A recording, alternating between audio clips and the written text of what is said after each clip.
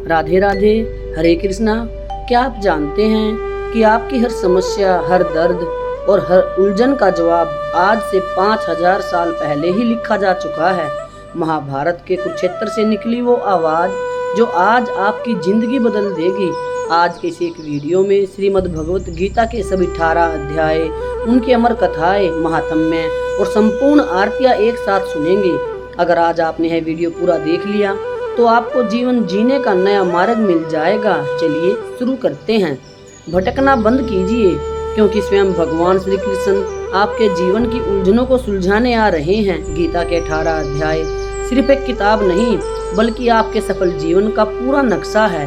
आज इस वीडियो में हम गीता का वो संपूर्ण ज्ञान, उनकी अद्भुत कथाएं और दिव्य आरतियां जानेंगे जो आपके घर में सकारात्मकता का संचार कर देंगी। अंत तक बने रहिएगा। पहले अध्याय का महात्म्य सुनिए। एक समय पार्वती ने पूछा, हे महादेव जी, किस ज्ञान के बल से आपको संसार के लोग शिव जी कहकर पूजते हैं? मृगछाला ओढ़े, अंगों में शमशानों की विभूति लगाए, गले में सर्प और मुंडों की माला पहन रहे हो, इनमें तो कोई पवित्र नहीं। फिर आप किस ज्ञान से पवित्र हो? वह कृपा करके आप कहिए। श्री महादेव जी बोले, हे प्रिय, सुनो, गीता ज्ञान को हृदय में धारण करने से मैं पवित्र हूँ और उस ज्ञान से मुझे बाहर के कर्म व्याप्ते नहीं। तब पार्वती ने कहा, हे भगवान, जिस गीता ज्ञान की आप ऐसी स्तुति करते हैं, उसके सुनने से कोई कृतार्थ भी हुआ है? तब महादेव जी ने कहा, इस ज्ञान को सुनकर बहुत जीव कृतार्थ हुए हैं और आगे भी होंगे। मैं तुझको एक पुरानी कथा कहता हूँ, तू सुन। एक समय पाताल लोक में शेषनाग की सैया पर श्री नारायण जी आंखें बंद करके अपने आनंद में मगन थे। उस समय भगवान के चरण दबाती हुई श्री लक्ष्मी ने पूछा, हे प्रभु, निद्रा और आलस्य उन पुरुषों को व्यापता है जो जीव तामसी हैं, फिर आप तो तीनों गुणों से अतीत हो। आप जो आंखें बंद कर रहे हो, यह मुझको बड़ा आश्चर्य है। श्री नारायण जी बोले, हे लक्ष्मी, मुझको निद्रा आलस्य नहीं आता। एक शब्द रूप जो भगवत गीता है, उसमें जो ज्ञान है, उसके आनंद में मैं मगन रहता हूँ। जैसे 24 अवतार मेरे आकार रूप हैं, वैसे यह गीता शब्द रूप अवतार है। इस गीता में यह अंग है। 5 अध्याय मेरा मुख है, 5 अध्याय मेरी भुजा है, 11वां अध्याय मेरा हृदय और मन है, 16वां अध्याय मेरा उदर है, 17वां अध्याय मेरी जंगा है, 18वां अध्याय मेरे चरण हैं। सब गीता के जो श्लोक हैं वो मेरी नाड़ियां हैं, और जो गीता के अक्षर हैं सो मेरे रोम हैं। ऐसे जो मेरा शब्द रूपी गीता ज्ञान है, जिसका अर्थ मैं हृदय में विचारता हूँ और बहुत आनंद को प्राप्त होता हूँ। श्री नारायण जी ने कहा, हे लक्ष्मी, गीता ज्ञान को सुनकर बहुत जीव कृतार्थ हुए हैं, सो तू सुन। शूद्र वर्ण एक प्राणी था जो चांडालों के कर्म करता था और तेल लवण का व्यापार करता था। उसने बकरी पाली। एक दिन वह बकरी चराने को वन में गया और वृक्षों के पत्ते तोड़ने लगा। वहाँ एक सांप ने उसे डस लिया, जिसे तत्काल उसके प्राण निकल गए। मरकर उसे बहुत नरक भोगे। फिर बैल का जन्म पाया। उस बैल को भिक्षुक ने मोल ले लिया। वह भिक्षुक उस पर चढ़कर सारा दिन भीख मांगता फिरे।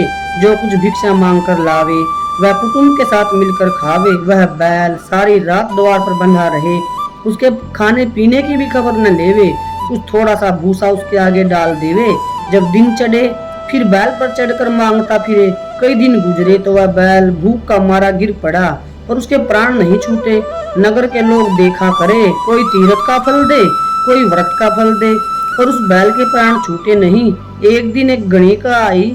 गणिका यहाँ वेश्या को कहते हैं। उसने मनुष्य से पूछा, यह भीड़ कैसी है? तो उन्होंने कहा, इसके प्राण नहीं निकलते, अनेक पुण्यों का फल दे रहे हैं, तो भी इसकी मुक्ति नहीं होती।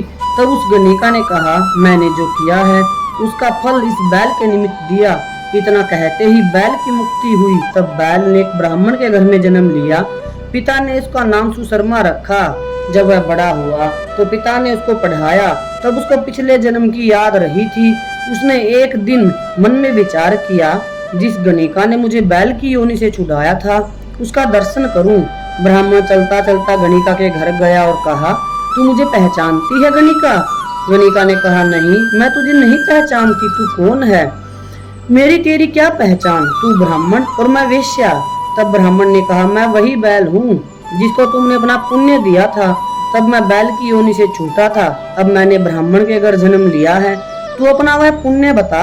गणिका ने कहा, मैंने अपने जानने में कोई पुण्य नहीं किया, पर मेरे घर पर एक तोता है, वह कुछ पढ़ता है, मैं उसके वाक्य सुनती हूँ, उस पुण्य का फल मैंने तेरे निमित्त दिया था। तब ब्राह्मण ने तोते से पूछा कि तू सवेरे क्या पढ़ता है? तोते ने कहा, मैं पिछले जन्म में ब्राह्मण का पुत्र था, पिता ने मुझको गीता के पहले अध्याय का पाठ सिखाया था।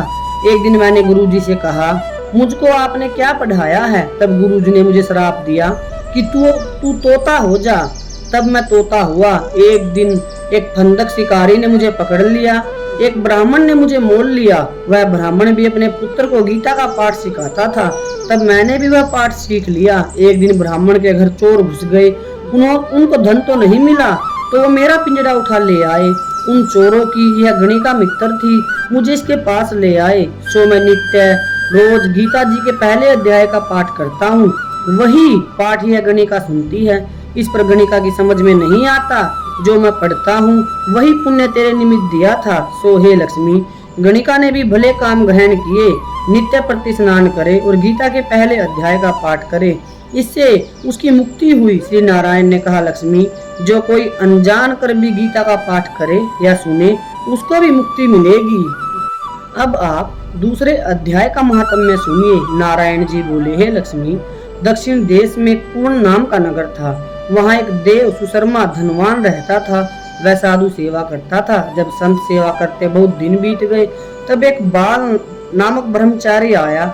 उसकी सेवा उसने बहुत करी, विनय करी, हे संत जी, मुझे कृपा कर श्री नारायण के पाने का उपदेश करो, जिससे मेरे जीवन का कल्याण और मुक्ति होवे। तब ब्रह्मचारी ने कहा, मैं तुझे गीता जी के दूसरे अध्याय का पाठ सुनाता हूँ, उसके सुनने से तेरा कल्याण होगा, तू सुन। एक अयाली वन में बकरियां चराता था और मैं वहाँ भजन करता था। एक दिन रात को अयाली बकरियां लेकर घर को चला। मार्ग में एक शेर बैठा था। एक बकरी सबसे आगे चली। उस बकरी को आती देखकर शेर भाग गया। तब उस अयाली ने यह आश्चर्य देखकर बड़ा चकित हुआ और मैं वहाँ आकर खड़ा हुआ था। उस चरवाहे ने मुझे कहा, मैंने यह आश्चर्य देखा कि बकरी को देखकर शेर डर से भाग गया। तुम त्रिकालज्ञ हो, तीनों लोगों की जानने वाले हो, वह वृत्तांत मुझे कह सुनाओ। संत ने कहा, हे अयाली, मैं तुझे इनके पिछले जन्म की वार्ता सुनाता हूँ। यह बकरी पिछले जन्म में डायन थी। जब इसका पति मर गया, तब यह और भी बड़ी डायन हो गई। जिस सुंदर लड़के को देखे खा लेवे। यह शेर पिछले जन्म में शिकारी था। वह पक्षी पकड़ने को वन में गया और डायन भी वन में थी। वहाँ डायन ने उस शिकारी को खा लिया। अब वही शिकारी शेर बना और वह डायन बकरी बनी। शेर को पिछले जन्म की खबर थी, इसलिए बकरी को देखकर शेर ने जाना कि अब भी यह डायन तुझे खाने आई है। तब अयाली ने कहा, मैं पिछले जन्म में कौन था? तब संत ने कहा, तू पिछले जन्म में चांडाल था। अयाली ने कहा, हे ब्रह्मचारी जी, कोई ऐसा उपाय भी है जिससे हम तीनों ही, बकरी, शेर और मैं, इस अधम देह से छूटे? तब संत जी ने कहा, हाँ, तुम तीनों का उद्धार हो सकता है। ये कहकर संत जी ने गीता जी के अक्षर सुनाए। तब उसी समय आकाश से विमान आए। उन सब को विमानों पर चढ़ाकर बैकुंठ लोक को ले गए। अदम देह से छूटकर देव देह पाकर बैकुंठ को चला। तब श्री नारायण जी ने कहा, हे लक्ष्मी, जो मनुष्य श्री गीता जी के ज्ञान को पढ़े सुने, वह अवश्य मुक्ति को प्राप्त होता है।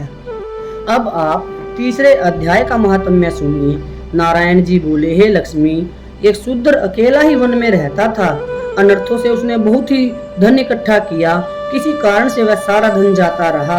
अब वह शूद्र बहुत चिंतित रहने लगा। किसी से पूछता कि ऐसा कोई अंजन बताओ जिसे नेत्र में डालकर पृथ्वी का पदार्थ निकाल लूं। तब किसी ने कहा, मांस मदिरा खाया करो। वह खोटा कर्म करने लगा। एक दिन धन की लालसा करके चोरी करने गया। रास्ते में चोरों ने मार दिया। उसके पश्चात उसने प्रेत की योनि पाई। उस प्रेत योनि में से बड़ा दुख हुआ। एक बड़ के वृक्ष पर रात दिन चिल्लाता रहता था कि कोई ऐसा है जो मुझे इस अदम देह से छुड़ा दे। कुछ समय बाद शूद्र की स्त्री से पुत्र जन्मा। जब उसका पुत्र बड़ा हुआ तो एक दिन अपनी माता से उसने पूछा, मेरा पिता क्या करता था और उसकी मृत्यु कैसे हुई थी? तब उसकी माता ने कहा, बेटा, तेरे पिता के पास धन बहुत था, वह सब इसी प्रकार बेकार जाता रहा। एक दिन धन की लालसा से चोरी करने गया, परंतु मार्ग में चोरों ने उसे मार डाला। तब उसने कहा, हे माता, क्या तुमने उसकी गति कराई थी? तब माता ने कहा नहीं। फिर कहा हे माता, उसकी गति करानी चाहिए। यह कह वह पंडितों से पूछने लगा और प्रार्थना करी, हे स्वामी पंडितों, मेरा पिता एक दिशा में जाकर मृत्यु को प्राप्त हुआ है, उसका उद्धार किस प्रकार होवे। तब पंडितों ने कहा, तू गया जी जाकर उसकी गति करा, तब पितरों का उद्धार होगा। यह सुन माता की आज्ञा लेकर गया जी को गमन किया, प्रयागराज का दर्शन किया, स्नान करके फिर आगे को चला। रास्ते में एक वृक्ष के नीचे बैठा, वहाँ उसको बड़ा डर लगा। यह वही वृक्ष था जहाँ उसका पिता प्रेत की योनि में रहता था। उसी जगह में चोरों ने इसको मारा था। तब उस बालक ने अपना गुरु मंत्र पढ़ा। उसका एक और भी नियम था, वह एक अध्याय श्री गीता जी का नित्य पाठ किया करता था। उस दिन भी उसने श्री गीता जी के 3रे अध्याय का पाठ उस वृक्ष के नीचे बैठकर किया। वह उसके पिता ने प्रेत की योनि में सुन के उसकी प्रेत देह छूट गई, देव देह पाई। स्वर्ग से विमान आए और विमान पर चढ़कर उसके सामने आया और आकर आशीर्वाद दिया और कहा, हे पुत्र, मैं तेरा पिता हूँ जो मरकर प्रेत बना था।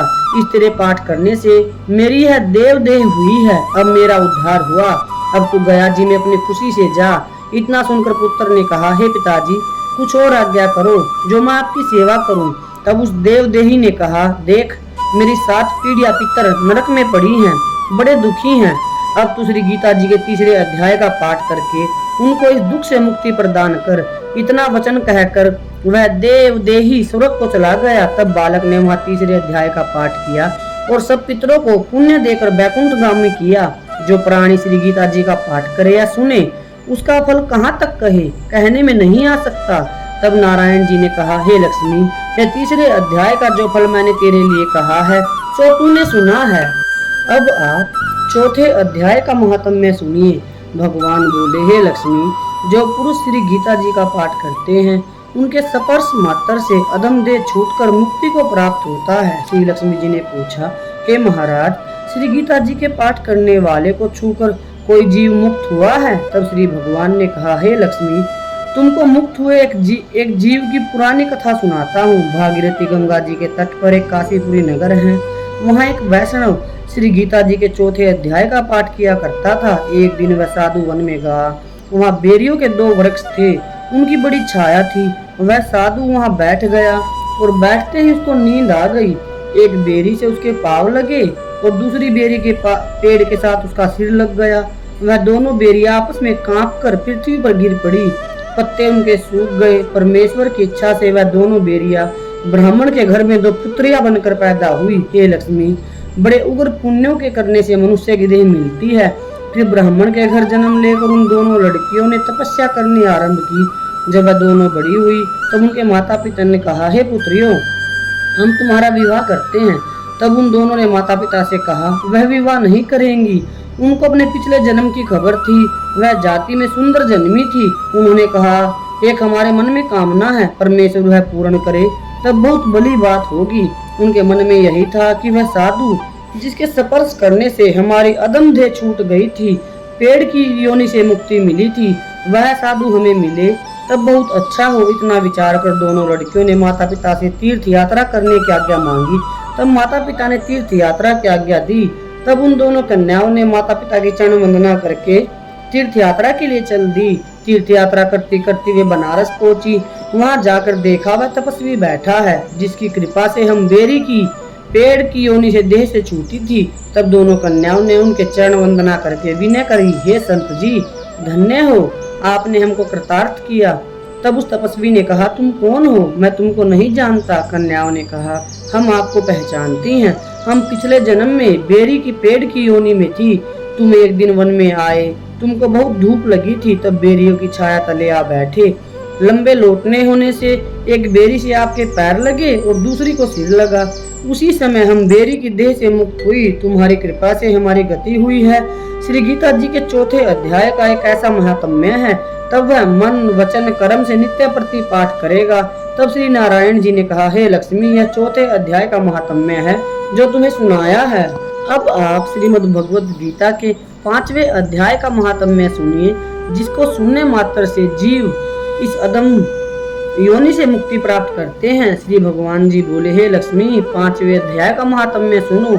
एक ब्राह्मण पिंगल नाम का अपने धर्म से भ्रष्ट हुआ, वह कुसंग में बैठ मच्छी मांस खावे, मदिरा पान करे, जुआ खेले। दैव योग से वह पिंगल एक राजा के यहाँ नौकर हो गया। राजा के पास और लोगों की चुगलियां किया करे। जब बहुत दिन बीते तब वह धनवान हो गया। तब उसने अपना विवाह कर लिया, परंतु उसकी स्त्री व्याभिचारिणी आई। उसका आचरण अच्छा नहीं था, वह स्त्री को मारता। उस स्त्री ने दुखी होकर अपने पति को जहर दे दिया। वह ब्राह्मण मर गया। उस ब्राह्मण ने गिद्ध का जन्म पाया। कुछ समय पीछे वह स्त्री भी मर गई। उसने तोते का जन्म पाया। तब वह एक तोते की स्त्री हुई।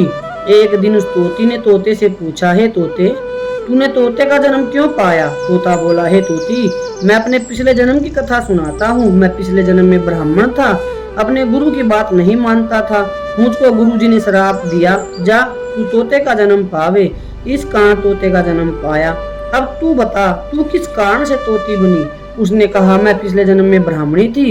एक दिन मैंने अपने पति को जहर दे दिया और वह मर गया। तोते ने कहा, तू बहुत बुरी है जिसने अपने पति को जहर दे दिया। एक दिन वह तोती वन में बैठी थी, वहां गिद्ध आया। तोती को उस गिद्ध ने पहचाना और वह गिद्ध तोती को मारने चला। आगे आगे तोती, पीछे पीछे गिद्ध दौड़े। जाते जाते तोती एक शमशान भूमि में थक कर गिर पड़ी। वहां एक साधु का दाह संस्कार हुआ था। साधु की खोपड़ी में वर्षा के जल से भरी हुई थी।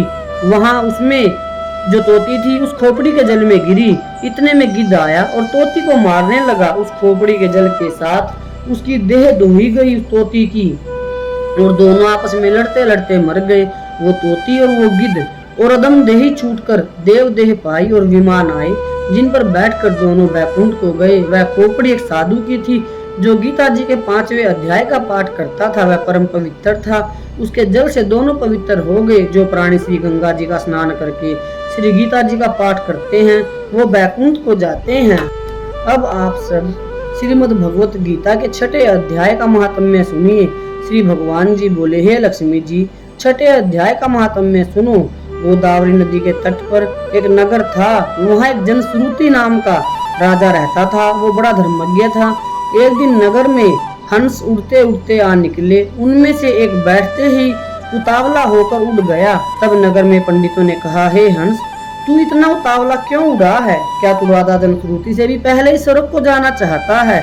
तब उन पक्षियों में से जो सरदार था उसने कहा, इस राजा से भी बढ़कर एक रैयक मुनि श्रेष्ठ है। वह वैकुंठ का अधिकारी होगा। वैकुंठ लोक स्वर्ग से भी ऊंचा है। तब राजा ने मन में विचार किया कि मेरे से उसका पुण्य बड़ा होगा जिसकी ये हंस स्तुति करते हैं। यह विचार करके राजा ने कहा कि चलकर उसके दर्शन करते हैं जो रैयक ऋषि का नाम इन तोतों ने लिया है। राजा ने सारथी से रथ मंगवाकर उस पर बैठकर बनारस के श्री काशी जी में जाकर गंगा स्नान करके ब्राह्मणों को दान दिया। शिव जी महाराज के दर्शन किए। फिर लोगों से पूछा, यहाँ कोई रैयक मुनि रहते हैं? लोगों ने कहा, नहीं। फिर राजा ने उत्तर दिशा को जाकर बद्रीनारायण को परसा। वहाँ से राजा का रथ चले नहीं। तब राजा ने कहा, मैंने पृथ्वी की परिक्रमा करी है परंतु किसी स्थान पर रथ नहीं अटका। यहाँ कोई ऐसा पुण्यात्मा है जिसके तेज से मेरा रथ नहीं चल रहा। तब राजा ने रथ से उतरकर आगे चला तो देखा कि पर्वत की कंदरा में रैयक मुनि बैठा है जिसके तेज से बहुत प्रकाश हो रहा है जैसे सूर्य की किरण होती है। तब राजा ने देखते ही कहा, यह रैयक मुनि होंगे। राजा ने दंडवत कर चरण वंदना करी तथा हाथ जोड़ करके स्तुति करी। तब रैयक मुनि ने राजा का आदर किया और कहा, हे पृथ्वीराज, तू चारों धाम का प्रसन्नहारा, धर्म का साधनहारा है, तू पुण्यात्मा है। तब राजा ने मुनि से कहा कि आपका तेज ऐसा किसके बल से है? तब मुनि ने कहा, हे राजन, मैं नित्य प्रति गीता जी के 6ठे अध्याय का पाठ करता हूँ। इस कंदरा में उसी का प्रकाश है। यह सुनकर राजा ने अपने पुत्र को बुलाकर कहा, हे पुत्र, आज से तू राज्य संभाल। अब मैं तीर्थों को जाता हूँ। इतना कहकर राजा ने राज्य त्याग दिया और रैयक मुनि ने गीता जी के 6ठे अध्याय का पाठ आरंभ कर दिया। तब वह राजा भी पाठ करने लगा। एक दिन प्राणायाम करके दोनों ने देह त्याग दी। तब स्वर्ग से विमान आए जिस पर बैठकर वे वैकुंठ लोक को गए। अब आप सब श्रीमद् भगवत गीता के 7वें अध्याय का महात्म्य सुनिए। श्री नारायण जी बोले, हे लक्ष्मी, अब 7वें अध्याय का महात्म्य सुन। एक पटेल नामक नगर था जिसमें शंकुकर्ण वैश्य रहता था। वह व्यापार करने को नगर के बाहर कहीं प्रदेश को जा रहा था। रास्ते में उस शंकुकर्ण को एक सांप ने डस लिया। जिससे वह मर गया। तब उसके साथ ही दाह क्रिया करके आगे सिधारे। जब लौटकर घर में आए तब उसके पुत्र ने पूछा, मेरा पिता शंकुकर्ण कहाँ है? तब व्यापारियों ने कहा, तेरे पिता को सांप ने डस लिया था, सो वह मर गया। यह पदार्थ तेरे पिता का है, इसलिए तू इसे ले ले। पुत्र ने कहा, जिस सांप ने मेरे पिता को काटा है मैं उसको मारूंगा। उसने उन व्यापारियों से कहा, चलो वह जगह मुझे बताओ जहाँ मेरा पिता शंकुकर्ण मरा है। व्यापारियों ने वहां ले जाकर खड़ा कर दिया। देखा तो वहाँ एक वामी है, जिसे वह कुदीले से खोदने लगा। जब छेद बड़ा हुआ तो वहां से एक सांप निकला। सांप बोला, तू कौन है? मेरा घर क्यों खोदता है? उस बालक ने कहा, मैं शंकुकर्ण का पुत्र हूँ। जिस सांप ने मेरे पिता को मारा है मैं उसको मारूंगा। तब सांप ने कहा, हे पुत्र, मैं तेरा पिता हूँ, तू मुझे इस अधम देह से छुड़ा और मुझे मत मार। यह मेरा पूर्व जन्म का कर्म था, इसलिए मैंने भोगा। तब पुत्र ने कहा, हे पिता, कोई यत्न बताओ जिससे तुम्हारा उद्धार हो। तब उस सांप ने कहा, हे पुत्र, किसी गीता पाठी ब्राह्मण को घर में भोजन कराओ और उसकी सेवा करो, तो उसके आशीर्वाद से मेरा कल्याण होगा। तब उस बालक ने अपने घर पर उस नगर में जितने गीता का पाठ करने वाले लोग थे उन सबको बुलाकर श्री गीता जी के 7वें अध्याय का पाठ कराया और उनको भोजन कराया। तब उन ब्राह्मण ने आशीर्वाद दिया। तब वह तत्काल उस अदम देह से छूटकर देवी देह पाई। विमान पर चढ़कर आकाश मार्ग को जाता हुआ अपने पुत्र को धन्य धन्य कहता हुआ बैकुंठ धाम को प्राप्त हुआ। श्री नारायण जी बोले, हे लक्ष्मी जी, दक्षिण देश में नर्मदा नदी के तट पर एक नगर है। उसमें सुशर्मा नाम का एक बड़ा धनवान ब्राह्मण रहता था। एक दिन उसने एक संत महात्मा से पूछा, हे ऋषि जी, मेरे संतान नहीं है। तब ऋषिवर ने कहा, तू अश्वमेध यज्ञ कर, बकरा देवी को भेंट चढ़ा, देवी तेरे को पुत्र देगी। तब उसने यज्ञ करने को एक बकरा मोल लिया, उसको स्नान करा के मेवा खिलाई। जब उसको मारने लगा तब बकरा कह कह शब्द करके हंसने लगा। तब ब्राह्मण ने पूछा, हे बकरे, तू क्यों हंसता है? तब बकरे ने कहा, पिछले जन्म में मेरे भी संतान नहीं थी। तब एक ब्राह्मण ने मुझे भी अश्वमेध यज्ञ करने को कहा था। मैंने सारी नगरी में बकरा ढूंढा, परंतु बकरा हाथ न लगा। ढूंढते ढूंढते एक बकरी का बच्चा दूध पीता मिला।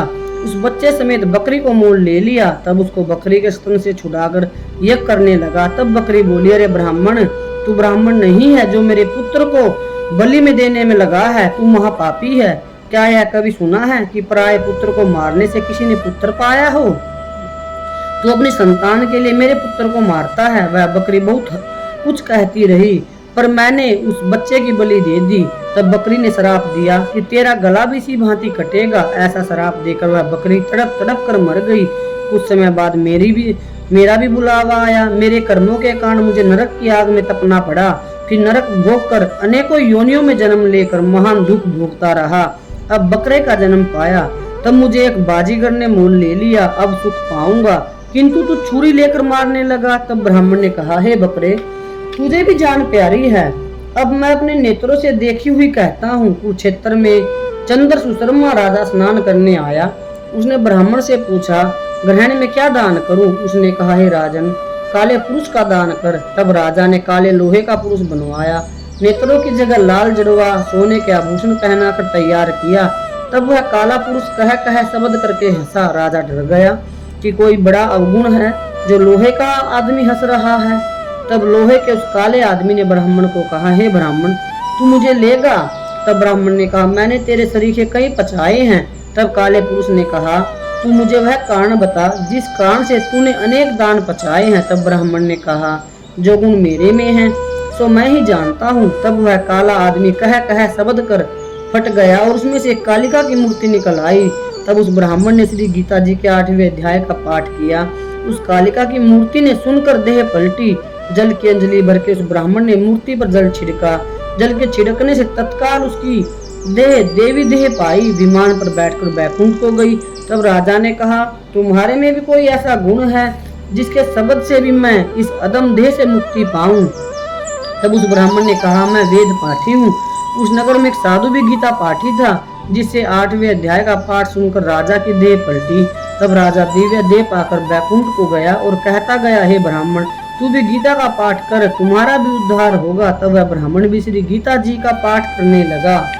अब आप सब 9वें अध्याय का महात्म्य सुने। श्री नारायण जी बोले, हे लक्ष्मी, दक्षिण देश में भाव सुशर्मा नाम का एक शूद्र रहता था। बड़ा पापी और मांस मुद्रा आहारी था, जुआ खेले, चोरी करे, पर स्त्री गमन करे। एक दिन मदिरा पान से उसकी देह छूटी, वह मरकर प्रेत हुआ। एक बड़े पेड़ पर रहे एक ब्राह्मण भी उस नगर में रहता था। दिन को भिक्षा मांगकर स्त्री को लाकर देवे। उसकी स्त्री बड़ी कलहनी थी, बड़ा कलेश करती थी। समय पाकर उन दोनों ने प्राण त्यागे। वह दोनों मरकर प्रेत हुए और वे भी उस वृक्ष पर आकर रहे जहाँ वह प्रेत पहले ही रहता था। वहां रहते रहते कुछ काल व्यतीत हुआ।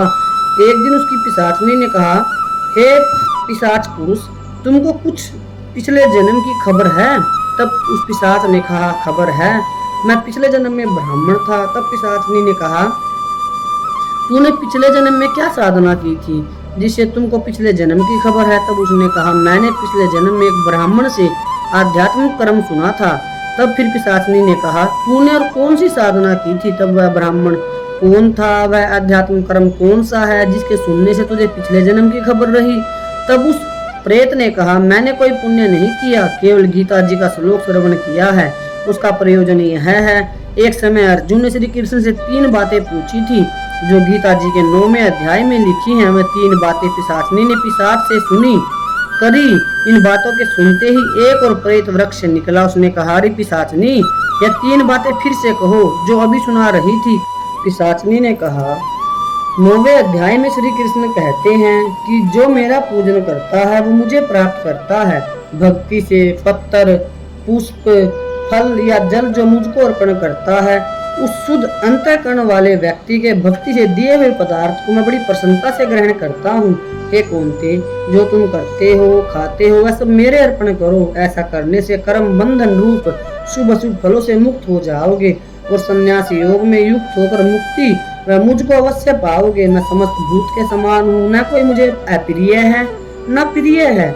जो कोई मुझको भक्ति से बचता है वह मुझ में है और मैं उसमें हूँ। यदि कोई दुराचारी भी हो और अनन्य भाव से मेरा भजन करे, उसको मैं साधु ही मानता हूँ, क्योंकि उसने उत्तम मार्ग ग्रहण किया है। वह शीघ्र ही धर्मात्मा होता है और चिरस्थायी शांति को पाता है। हे कुंते, यह निश्चय करके जानो कि मेरा भक्त कभी नाश को प्राप्त नहीं होता। हे पार्थ, मेरा आश्रय पाकर नीच कुल में उत्पन्न स्त्रियां, वैश्य और शूद्र भी उत्तम गति को पाते हैं।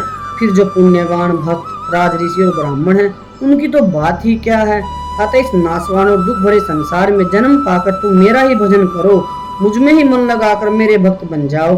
फिर मेरी पूजा और मुझे नमस्कार कर मुझ में लो लगाए रहकर मुझ में ही लीन हो जाओगे।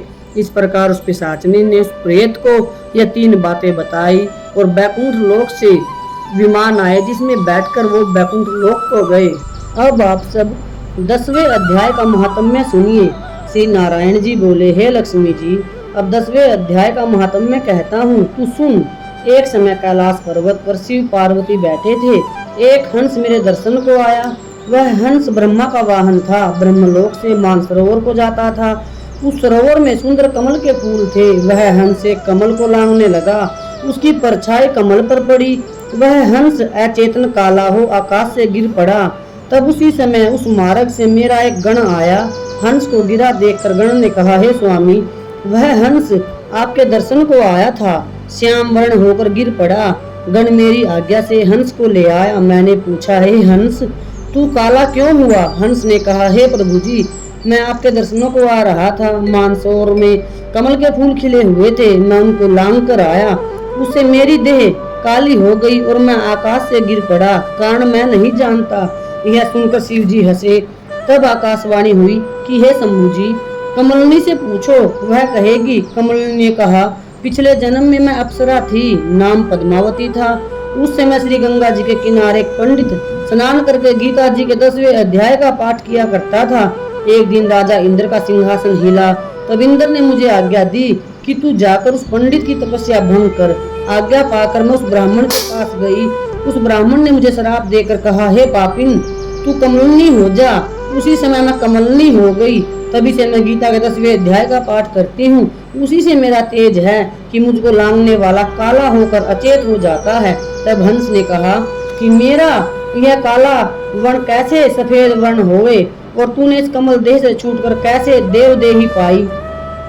तब कमलनी ने कहा, जब कोई श्री गीता जी के 10वें अध्याय का पाठ सुनावेगा तब उद्धार होगा। उस समय पंडित ने सरोवर में स्नान कर शालिग्राम का पूजन करके 10वें अध्याय का पाठ किया। उसे हंस और कमली ने सुना, तब उनका उद्धार तत्काल भया। हंस सवेत हुआ, कमलिनी देव कन्या हुई। अब आप सब 11वें अध्याय का महात्म्य सुनिए। श्री नारायण बोले, हे लक्ष्मी, अब 11वें अध्याय का महात्म्य सुन। तुंगभद्र नामक नगर था, जिसके राजा का नाम सुखानंद था। वह श्री लक्ष्मी नारायण की सेवा बहुत करता था। वहाँ एक ब्राह्मण बड़ा विद्वान पंडित रहता था। वह ब्राह्मण नित्य गीता जी के 11वें अध्याय का पाठ करता था और राजा भी वहाँ नित्य श्री लक्ष्मी नारायण जी की सेवा करता था और पाठ भी रोज श्रवण करता था। ऐसा करते करते बहुत काल बीत गया। एक दिन राजा घर को गया। उस दिन अतीत देशांतर फिरते फिरते नगर में आए। अतीतों ने राजा से कोई जगह मांगी। राजा ने बड़ी हवेली खुलवा दी। जब अतिथि उतरे, राजा ने सीधा दिया रसोई कर। अतिथि बड़े प्रसन्न हुए और अमृत लेके राजा उनके दर्शन को गया। राजा का बेटा भी साथ था। कई भृत्य दास दासी साथ थे। राजा उस हवेली में आया और जो महंत था उसके साथ बातचीत करने लगा और राजा का पुत्र खेलने लगा। वहाँ एक प्रेत रहता था। उस प्रेत ने राजा के पुत्र को मारा।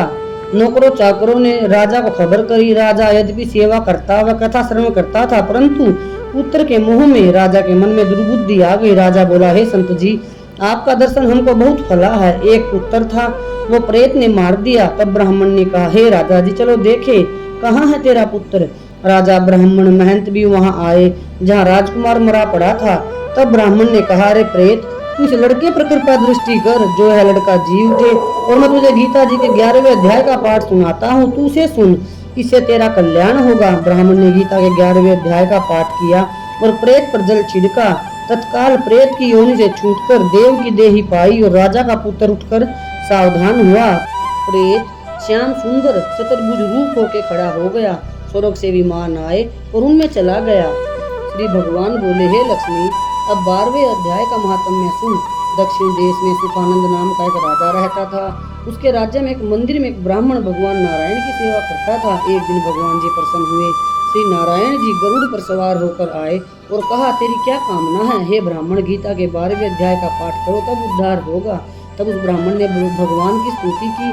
श्री नारायण जी ने ब्राह्मण को कहा, हे पंडित, आज से इस नगरी का राज्य तुझको दिया। यह कहकर भगवान अंतर्ध्यान हुए। वह ब्राह्मण घर को गया। उस देश के राजा का कोई संतान न थी। राजा ने उस ब्राह्मण को बुलाया और ब्राह्मण को राज्य देके आप तप करने को चला गया। वन में विरक्त होकर रहा और ब्राह्मण राज्य करने लगा। श्री नारायण जी कहते हैं, हे लक्ष्मी, यह गीता जी के 12वें अध्याय का महात्म्य है, जो मैंने कहा और तुमने सुना। श्री नारायण बोले, हे लक्ष्मी, अब 13वें अध्याय का महात्म्य सुन। दक्षिण देश में हरि नामक नगर था। वहाँ एक व्याभिचारिणी स्त्री रहती थी, जिसका आचरण अच्छा नहीं था।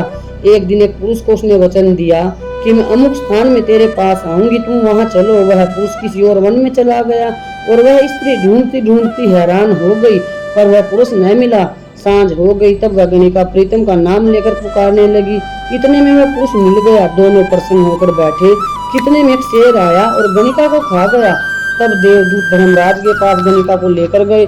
धर्मराज ने हुक्म दिया, इसको चांडालनी का जन्म देव। श्री नारायण जी कहते हैं, लक्ष्मी, उस गणिका की देह त्याग कर चांडालनी की देह पाई।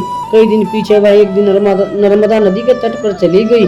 वहाँ क्या देखा कि एक साधु गीता जी के 13वें अध्याय का पाठ करता है। उसे उसने सुन लिया। जब अध्याय पढ़ के भोग पाया तो परंतु चांडालनी के प्राण छूट गए। देव देही पाई। आकाश से विमान आए, जिस पर बैठकर बैकुंठ चली गई। तब श्री नारायण जी ने कहा, हे लक्ष्मी, यह 13वें अध्याय का महात्म्य है। जो प्रीति के साथ पढ़ते हैं उनका फल कहा नहीं जाता। अनजाने में पढ़ लेने से तो परम धाम को प्राप्त होता है। श्री नारायण जी बोले, हे लक्ष्मी, अब 14वें अध्याय का महात्म्य सुनो। संकल द्वीप का राजा एक दिन शिकार खेलने को चला। और भी राजा शिकार खेलने साथ चले। संकल द्वीप के राजा ने दूसरे राजाओं के साथ शर्त रख ली कि जिसका कुत्ता शिकार मारे वही लेवे। सब राजाओं ने अपने अपने कुत्ते छोड़े। तब एक सूस्या निकला, उसके पीछे कुत्ते दौड़े। सूस्या दूर निकल गया और कुत्ते पीछे रहे। संकल द्वीप राजा के कुत्ते ने सूस्या को पकड़ा। लोगों ने शोर किया तो कुत्ता दुचित्ता हो गया और सूस्या फिर भागा। कुत्ते के दांत सूस्या को लगे थे। रुधिर टपकता जाए, सूस्या भागा जाए, कुत्ते पीछे रह गए। भागते भागते वन में एक कच्चा तालाब पानी से भरा था। वहाँ साधु रहता था। उस तालाब में सूस्या जा गिरा। और पीछे से वह कुत्ता भी जा गिरा। इतने में राजा भी घोड़ा दौड़ाकर वहां पहुंचा तो देखा कि दोनों तालाब में मरे पड़े हैं और देवदेही पाकर बैकुंठ को चले हैं। राजा को देखकर उन्होंने कहा, हे राजन, तू धन्य है, तेरे प्रताप से हमने देवदेही पाई। राजा ने पूछा, यह कैसे? तब उन दोनों ने कहा, हम नहीं जानते, इस जल के छूने से हमें देवदेही मिली है। राजा ने कहा, मेरे धन्य भाग, जो तुम्हारा उद्धार हुआ है। इतना कहकर वह बैकुंठ को गए। राजा ने नमस्कार करके पूछा, हे संत जी, वार्ता कहो, यह कौतुक आश्चर्य क्या देखा? सूस्या और कुत्ते दोनों का इस जल से स्पर्श करने से उद्धार हो गया, यह जल कैसा है? उस संत ने कहा, हे राजन, मेरा गुरु यहाँ रहता था, नित्य स्नान कर गीता के 14वें अध्याय का पाठ किया करता था। मैं भी यहाँ स्नान करके गीता का पाठ करता हूँ। राजा ने कहा, धन्य है जो आपके प्रताप से ऐसी योनियों का उद्धार हुआ है, मेरे धन्य भाग हैं जो आपका दर्शन हुआ है। श्री नारायण जी ने कहा, हे लक्ष्मी, 14वें अध्याय का महात्म्य मैंने तुमको कहा है। श्री नारायण जी बोले, हे लक्ष्मी, अब 15वें अध्याय का महात्म्य सुनो। उत्तर देश में एक नरसिंह नाम का राजा था और सुबग नाम का मंत्री था। राजा को मंत्री पर बड़ा भरोसा था। मंत्री के मन में कपट था। मंत्री चाहता था राजा को मारकर यह राज्य मैं ही करूं। इसी भांति कुछ समय व्यतीत हुआ। एक दिन राजा नौकरों सहित सो रहा था, तब मंत्री राजा को सारे नौकरों समेत मारकर राज्य करने लगा। राज्य करते समय बहुत टाइम बीत गया। एक दिन वह भी मर गया। यमराज के पास दूत बांध कर ले गए। यमराज ने कहा, हे यमदूतों, यह बड़ा पापी है, इसको घोर नरक में डालो। हे लक्ष्मी, इस प्रकार वह पापी कई नरक भोगता भोगता धर्मराज की आज्ञा से घोड़े की योनि में आया। संगल द्वीप में जाए घोड़ा भया। बड़े घोड़ों का सौदागर उसे मोल ले तथा और भी घोड़े खरीद कर अपने देश को चला। चलते चलते अपने देश में आया। तब वहाँ के राजा ने सुना कि अमुक नाम का सौदागर बहुत घोड़े ले आया है। तब राजा ने उसे बुलाया और कई घोड़े खरीद लिए। उस घोड़े को भी खरीदा जो पहले राजा का मंत्री था, वह घोड़े की योनि में बना था। अब जब उस घोड़े को हाथ फेरा, तब राजा को देखकर उसने सिर फेरा। राजा ने देखकर कहा, यह क्या बात है जो घोड़े ने सिर फेरा है? तब राजा ने पंडित बुलाकर पूछा कि इस घोड़े ने हमको देखकर सिर फेरा है, इसका क्या कारण है? पंडित ने कहा, हे राजन, इस घोड़े ने आपको सिर नुआया है। राजा ने कहा, यह बात नहीं हो सकती। कई दिन पीछे राजा शिकार खेलने को उसी घोड़े पर सवारी करके गया। वह घोड़ा जल्दी जल्दी चलता था। राजा शिकार खेलते खेलते बहुत दूर चला गया। उस दिन राजा ने जाते ही शिकार मारा। राजा बहुत प्रसन्न हुआ। दोपहर हो गई। राजा को प्यास लगी। वन में एक साधु देखा, कुटिया में बैठा है, तालाब जल से भरा है।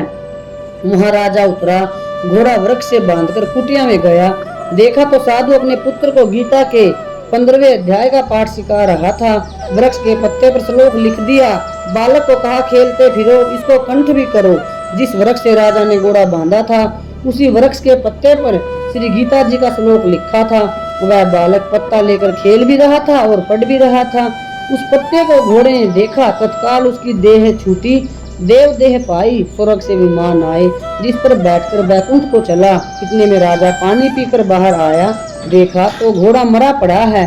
राजा चिंतावान होकर बोला, यह घोड़ा किसने मारा, इसे क्या हुआ? इतने में वह बोला, हे राजन, तेरे घोड़े का चैतन्य मैं हूँ, मैंने अब देव देही पाई है, बैकुंठ को चला हूँ। राजा ने आश्चर्यचकित होकर दंडवत किया। पीछे से और सेना के लोग आ मिले। राजा सवार होकर घर आया, अपने पुत्र को राज्य देकर अब आप वन को चला गया।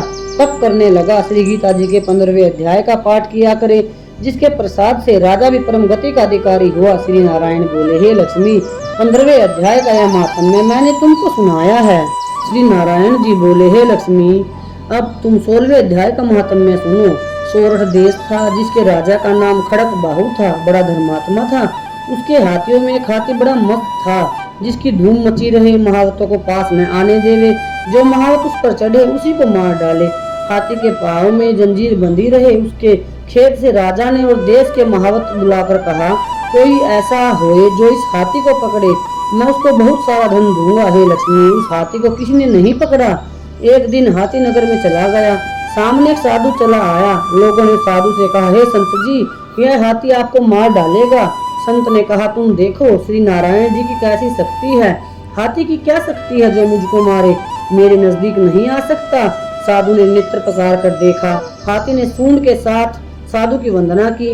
साधु ने कहा, हे हाथी, मैं तुझे जानता हूँ, पिछले जन्म में तू पापी था, मैं तेरा उद्धार करूंगा, चिंता मत कर। हाथी बार बार चरण छूता, माथा नवाता था। लोगों ने देखकर राजा को खबर की। राजा ने वहां आया, देखा तो हाथी साधु के आगे खड़ा है। तब साधु ने कहा, अरे हाथी तू आ गया। हाथी ने आगे ही चरण वंदना की। उस संत गीता पाठी ने कमंडल से जल लेकर मुझसे कहा, गीता के 16वें अध्याय का फल इस हाथी को दिया। इतना कहकर जल छिड़कने से हाथी देह को छोड़ देव देही पाई, विमान पर चढ़ बैकुंठ हो गया। राजा ने संत को दंडवत प्रणाम किया और कहा, संत जी आपने कौन सा मंत्र कहा जिससे यह अदम दुखदायक को सदगति प्राप्त हुई? संत ने कहा, मैं गीता के 16वें अध्याय का फल दिया है, नित्य ही मैं इसका पाठ करता हूँ। श्री भगवान बोले, हे लक्ष्मी अब तू 17वें अध्याय का महात्म्य सुन। मंडलिक नामक देश में दुशासन नाम का राजा था। एक राजा किसी दूसरे देश का था। जिन्होंने आपस में शर्त लगाई, हाथी लड़ाए और कहा, जिसका हाथी जीते तो वह यह धन लेवे। तब दूसरे राजा का हाथी जीता, दुशासन का हाथी हारा। कुछ दिन पीछे हाथी मर गया तो बड़ी चिंता हुई। एक धन गया, दूसरा हाथी मर गया। तीसरे लोगों में हंसी हुई, इससे निंदा हुई। इसी चिंता से राजा मर गया। यमदूत पकड़कर धर्मराज के पास ले गए। धर्मराज ने हुक्म दिया, यह हाथी के मुंह से मरा है, इसको हाथी की योनि दो। हे लक्ष्मी। राजा दुशासन संगल द्वीप में जाकर हाथी हुआ और वहाँ उस राजा के बहुत से हाथी थे, जिनमें वह भी था। उसे पिछले जन्म की खबर थी। मन में बार बार यह पछतावे थे कि मैं पिछले जन्म में राजा था, अब हाथी बना हूँ। बहुत रोना करने पर खावे पीवे कुछ नहीं। इतने में एक साधु आया, जिसने राजा को यह श्लोक सुनाया। राजा बड़ा प्रसन्न हुआ और बोला, हे संत जी कुछ मांगो। उसने कहा, मेरे पास सब कुछ है, एक हाथी नहीं है। राजा ने सुनकर वही हाथी दिया। ब्राह्मण अपने घर ले आया, दाना रतब दिया, वह खावे नहीं, पानी भी नहीं पीवे। हाथी चुपचाप खड़ा रहे, रोता रहे। मन में सोचा, कोई ऐसा होवे जो मुझे इस हाथी की योनि से छुड़ावे। उस साधु ने महावत को बुलाया और पूछा, किस हाथी को क्या दुख है? कुछ खाता पीता नहीं। महावत ने देखकर कहा, इसको कुछ रोग नहीं। तब साधु ने राजा से कहा, हाथी खाता पीता नहीं है, खड़ा खड़ा रोता रहता है। यह सुनकर राजा स्वयं देखने को आया। राजा ने बड़े बड़े वैद्य बुलाए और महावत बुलवाए, सबको हाथी दिखलाया। उन्होंने देखकर कहा, राजा जी इसको कोई मानसिक दुख है, देह का कोई दुख नहीं है। तब राजा ने कहा, हाथी तू ही बोल, तुझे क्या दुख है? परमेश्वर की शक्ति से मनुष्य की भाषा में हाथी ने कहा, राजन तू बड़ा धर्मज्ञ है, वह ब्राह्मण भी बड़ा बुद्धिमान है, इसके घर का अन्न जो खावे बड़ा धर्मज्ञ होवे, मुझको क्यों मिले? तब साधु ने कहा, हे राजा अपना हाथी फेर ले। राजा ने कहा, दान दिया हुआ मैं वापस नहीं लेता, यह हाथी मरे या जीवे। तब हाथी ने कहा, हे संत जी तू मत सोच, तेरे घर में कोई गीता की पोथी हो तो मुझे 17वें अध्याय का पाठ सुनाओ। तब उस साधु ने ऐसा ही किया। हे लक्ष्मी 17वां अध्याय सुनते ही तत्काल हाथी की देह छूटी और देव देही पाकर बैकुंठ को गया। श्री नारायण जी बोले, हे लक्ष्मी अब तू 18वें अध्याय का महात्म्य सुन। एक समय सुमेरु पर्वत पर देवलोक में इंद्र अपनी सभा लगाए बैठा था। उर्वशी नाच रही थी, बड़ी प्रसन्नता में बैठे थे। इतने में चतुर्भुज रूप जीव को पार्षद ले आए और इंद्र से सब देवताओं ने सामने से कहा, तू उठ, इसको बैठने दे। यह सुनकर इंद्र सहन न कर सका, तेजस्वी को आसन पर बैठा दिया। इंद्र ने अपने गुरु बृहस्पति जी से पूछा, गुरुजी आप त्रिकालदर्शी हो, देखो इसने कौन सा पुण्य किया है जिस पर यह इंद्र के आसन का अधिकारी हुआ? मेरे जाने तो इसने तीर्थ व्रत यज्ञ दान कोई नहीं किया। यही सब बात बृहस्पति जी ने भगवान से कही। तब प्रभु ने बृहस्पति जी से कहा कि इसके मन में भोगों की वासना थी, परंतु यह गीता के 18वें अध्याय का नित्य पाठ करता था। उससे जब इसने देह छोड़ी तब मैंने आज्ञा करी, है पार्षदों तुम इसको पहले ले जाकर इंद्रलोक में सुख भोगा दो। जब इसका मनोरथ पूरा हो जाए या भोगों से छक जाए तब मेरी सायुज्य मुक्ति को पहुंचा दो। सो तुम जाकर भोगों की सामग्री इकट्ठी कर दो। तब इंद्र और सब देवता आए। आकर इंद्र ने सब भोगों की वस्तु एकत्र कर दी और कहा, इंद्रलोक के सुखों को भोगो। कई काल इंद्रपुरी के सुख भोग कर फिर श्री भगवान की कृपा से सायुज्य मुक्ति पाकर बैकुंठ धाम का वह अधिकारी हुआ। श्री नारायण जी कहते हैं कि हे लक्ष्मी यह 18वें अध्याय का महात्म्य है। गंगा गीता गायत्री कलयुग में यह तीनों मुक्ति की दाता हैं। अब आप सब गर्भ गीता सुनिए। श्री कृष्ण भगवान जी का वचन है कि जो प्राणी इस गर्भ गीता का सद्भावना से विचार मनन करता है सो वह पुरुष फिर कभी गर्भवास में नहीं आता।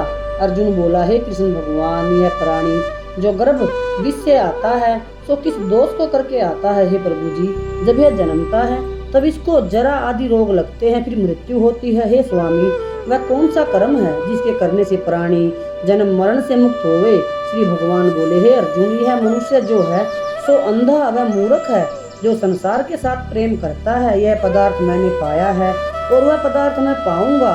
इसी चिंता में इस प्राणी के मन में उतरती नहीं, इसी चिंता में मगन रहता है। आठों पहर माया को ही मांगता है। इन बातों को करके बार बार जन्मता और मरता है। वह गर्भ विषय दुख पाता रहता है। अर्जुन बोला, हे श्री कृष्ण भगवान, यह मन मस्त हाथी की नाई है।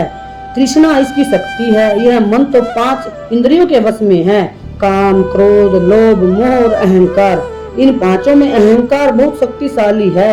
ऐसा कौन सा यत्न है जिससे मन वश में हो जाए। श्री भगवान बोले, हे अर्जुन, यह मन निश्चय ही हाथी की नाई है। तृष्णा इसकी शक्ति है। यह 5 इंद्रियों के वश में है। अहंकार इनमें सबसे श्रेष्ठ है। हे अर्जुन, हाथी जैसे कुंडा के वश में होता है, वैसे ही मन रूपी हाथी को वश में करने के लिए ज्ञान रूपी अंकुश है। अहंकार करने से यह जीव नरक में पड़ता है। अर्जुन बोला, हे भगवान, जो एक तुम्हारे नाम के लिए वन खंडों में फिरते हैं, एक वैरागी हुए हैं, एक धर्म करते हैं, इनको कैसे जाने? जो वैष्णव हैं वे कौन हैं? श्री भगवान बोले, हे अर्जुन, एक मेरे ही नाम के लिए वनों में फिरते हैं, वे सन्यासी कहलाते हैं। एक सिर पर जटा बांधते हैं, एक अंग पर भस्म लगाते हैं, उनमें हम नहीं हैं, क्योंकि इनमें अहंकार है। इससे मेरा दर्शन दुर्लभ है। अर्जुन बोला, हे भगवान, वह कौन सा पाप है जिससे स्त्री की मृत्यु हो जाती है? वह कौन सा पाप है कि जिससे पुत्र मर जाता है? और नपुंसक कौन से पाप से होते हैं? श्री भगवान बोले, हे अर्जुन, जो किसी से कर्ज लेता है और देता नहीं, इस पाप से औरत मरती है। और जो किसी की अमानत रखी हुई पचा लेता है, उसके पुत्र मर जाते हैं। जो किसी का कार्य किसी के गोचर आए पड़े और वह जबान कहे कि मैं तेरा कार्य सबसे पहले कर दूंगा, तब समय आए उसका कार्य न करे, इस पाप से नपुंसक होता है। ये बड़े पाप हैं। अर्जुन बोले, हे भगवान, कौन से पाप से मनुष्य सदा रोगी रहता है? किस पाप से गधे का जन्म पाता है, स्त्री का जन्म तथा टट्टू का जन्म क्यों कैसे पाता है, और बिल्ली का जन्म किस पाप से होता है? श्री भगवान बोले, हे अर्जुन, जो भी मनुष्य कन्या दान करते हैं और इस दान में मूल्य लेते हैं, वे दोषी हैं। वे मनुष्य सदा रोगी रहते हैं। जो विषय विकार के वास्ते मदिरा पान करते हैं, वे टट्टू का जन्म पाते हैं। और जो झूठी गवाही भरते हैं, वह औरत का जन्म पाते हैं। जो रसोई बना के पहले आप भोजन कर लेती है और पीछे परमेश्वर को अर्घ्य दान करती है, तो वे बिल्ली का जन्म पाती हैं। और जो मनुष्य अपनी झूठी वस्तु दान करते हैं, वो औरत का जन्म पाते हैं, वह गुलाम औरतें होती हैं। अर्जुन बोले, हे भगवान, कई मनुष्यों को तुमने सोना दिया है, उन्होंने कौन सा पुण्य किया? और कई मनुष्य को आपने हाथी, घोड़ा, रथ दिए हैं, उन्होंने कौन सा पुण्य किया? श्री भगवान बोले, हे अर्जुन, जिन्होंने सोना दान किया है उनको घोड़े वाहन मिलते हैं। जो परमेश्वर के निमित्त कन्या दान करते हैं, सो पुरुष का जन्म पाते हैं। अर्जुन बोला, हे भगवान, जिन पुरुषों के अंदर विचित्र देह है, उन्होंने कौन सा पुण्य किया है? किसी किसी के घर संपत्ति है, कोई विद्यावान है, उन्होंने कौन सा पुण्य किया है? श्री भगवान बोले, हे अर्जुन, जिन्होंने अन्नदान किया है उनका सुंदर स्वरूप है। जिन्होंने विद्या दान की है वे विद्यावान होते हैं। जिन्होंने संतों की सेवा की है वे पुत्रवान होते हैं। अर्जुन बोला, हे भगवान, किसी को धन से प्रीति है, कोई स्त्रियों से प्रीति करते हैं, इसका क्या कारण है? समझा कर कहिए। श्री भगवान बोले, हे अर्जुन, धन और स्त्री सब नाश रूप हैं, मेरी भक्ति का नाश नहीं है। अर्जुन बोला, हे भगवान, यह राजपाट किस धर्म के करने से मिलता है? विद्या कौन से धर्म करने से मिलती है? श्री भगवान बोले, हे अर्जुन, प्राणी काशी में निष्काम भक्ति से तप करते हुए देह त्यागते हैं, वे राजा होते हैं। और जो गुरु की सेवा करते हैं वो विद्यावान होते हैं। अर्जुन बोले, हे भगवान, किसको धन अचानक बिना किसी परिश्रम से मिलता है, सो उन्होंने कौन सा पुण्य किया है? श्री भगवान बोले, हे अर्जुन, जिन्होंने गुप्त दान किया है उनको धन अचानक मिलता है। जिन्होंने परमेश्वर का कार्य और पराया कार्य संवारा है, वे मनुष्य रोग से रहित होते हैं। अर्जुन बोले, हे भगवान, कौन से पाप से पागल और कौन से पाप से गूंगे होते हैं और कौन से पाप से कुष्ठी होते हैं? श्री भगवान बोले, हे अर्जुन, जो आदमी नीच कुल की स्त्री से गमन करते हैं वो पागल होते हैं। जो गुरु से विद्या पढ़कर मुकर जाते हैं वो गूंगे होते हैं, जिन्होंने गाय का घात किया है वे कुष्ठी होते हैं। अर्जुन बोले, हे भगवान, जिस किसी पुरुष की देह में रक्त का विकार होता है वह किस पाप से होता है? और गरीब होते हैं, किसी को खंडवायु होती है, कोई अंधे होते हैं तो कोई पंगु होते हैं, वो कौन से पाप से रहित होते हैं? और कई स्त्रियां बाल विधवा होती हैं तो यह किस पाप से होती है?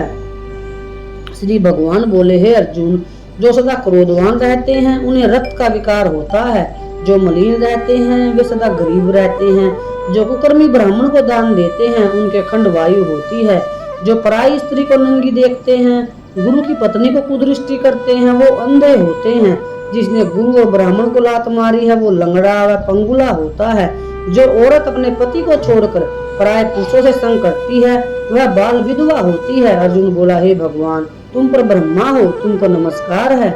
आगे मैं तुमको संबंधी जानता था परंतु अब मैं ईश्वर रूप जानता हूँ। हे पर ब्रह्मा, गुरु दीक्षा कैसी होती है, सो कृपा कर मुझको बताओ। श्री भगवान बोले, हे अर्जुन, तुम धन्य हो, तुम्हारे माता पिता भी धन्य हैं जिनके तुम ऐसे पुत्र हो। हे अर्जुन, सारे संसार का गुरु जगन्नाथ है, विद्या का गुरु काशी, चारों वर्णों का गुरु सन्यासी है।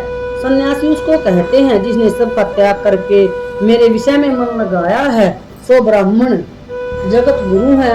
हे अर्जुन, यह बात ध्यान देकर सुनने की है। गुरु कैसा करे? जिसने सब इंद्रियां जीती हो, जिसको सब संसार ईश्वर में नजर आता हो और सब जगत से उदास हो। ऐसा गुरु करे जो परमेश्वर को जानने वाला हो और उस गुरु की पूजा सब तरह से करे। हे अर्जुन, जो गुरु का भक्त होता है और जो प्राणी गुरु के सम्मुख होकर भजन करते हैं उनका भजन करना सफल है। जो गुरु से विमुख हैं, जिनको सप्त ग्रास मारे का पाप है, गुरु से विमुख प्राणी दर्शन करने योग्य नहीं होते। जो गृहस्थी संसार में गुरु के बिना है चांडाल के समान है। जिस तरह मदिरा का भंडार हो उसमें जो गंगा जल है वो अपवित्र है, इसी तरह गुरु से विमुख का भजन सदा अपवित्र होता है। उसके हाथ का देवता भी नहीं लेते, उसके सब कर्म निष्फल हैं। कुकर, सूकर, गदरब, काक, ये सब की सब योनियां ये बड़ी खोटी योनि है। सब इससे वह मनुष्य खोटा है जो गुरु नहीं करता। गुरु बिना गति नहीं होती, वह अवश्य नरक को जाएगा। गुरु दीक्षा बिना प्राणी के सब कर्म निष्फल होते हैं। हे अर्जुन, जैसे चारों वर्णों को मेरी भक्ति करना योग्य है वैसे गुरु धार के गुरु की भक्ति करना योग्य है। जैसे गंगा नदियों में उत्तम है, सब व्रतों में एकादशी का व्रत श्रेष्ठ है, वैसे ही हे अर्जुन, शुभ कर्मों में गुरु सेवा उत्तम है। गुरु दीक्षा बिना प्राणी पशु योनि पाता है। जो धर्म भी करता है सो पशु योनि में फल भोगता है, 84 योनियों में भ्रमता रहता है। अर्जुन बोले, श्री कृष्ण भगवान, गुरु दीक्षा क्या वस्तु है? श्री भगवान बोले, हे अर्जुन, धन्य है उसका जन्म जिसने यह प्रसन्न किया, तू धन्य है। गुरु दीक्षा के 2 अक्षर हैं, हरि ओम। इन अक्षरों को गुरु कहता है। यह चारों वर्णों को अपनाना श्रेष्ठ है। हे अर्जुन, जो गुरु की सेवा करता है उस पर मेरी प्रसन्नता है, वह 84 से छूट जाएगा, जन्म मरण से रहित हो, नरक नहीं भोगता। जो प्राणी गुरु की सेवा नहीं करता वह 3.5 करोड़ वर्ष तक नरक भोगता है। जो गुरु की सेवा करता है उसको कई अश्वमेध यज्ञ के पुण्य का फल मिलता है। गुरु की सेवा मेरी सेवा है। हे अर्जुन, तुम्हारे हमारे संवाद को जो भी प्राणी पढ़ेंगे और सुनेंगे सो गर्भ के दुख से बचेंगे और उनकी 84 कट जाएगी। इसी से इस पाठ का नाम गर्भ गीता है। श्री कृष्ण भगवान जी के मुख से अर्जुन ने सुना, गुरु दीक्षा लेना उत्तम कार्य है। उसका फल यह है कि नरक की 84 से जीव बच जाता है। भगवान बहुत प्रसन्न होते हैं। आप सभी ने श्रीमद् भगवत गीता के 18 अध्यायों का श्रवण किया। अगर आप सभी संपूर्ण ब्रह्मांड की 60 गीताओं का श्रवण करना चाहते हैं तो इस चैनल की प्लेलिस्ट में जाकर संपूर्ण ब्रह्मांड की उन 60 गीताओं को श्रवण कर सकते हैं जो आज से पहले यूट्यूब पर नहीं मिलती।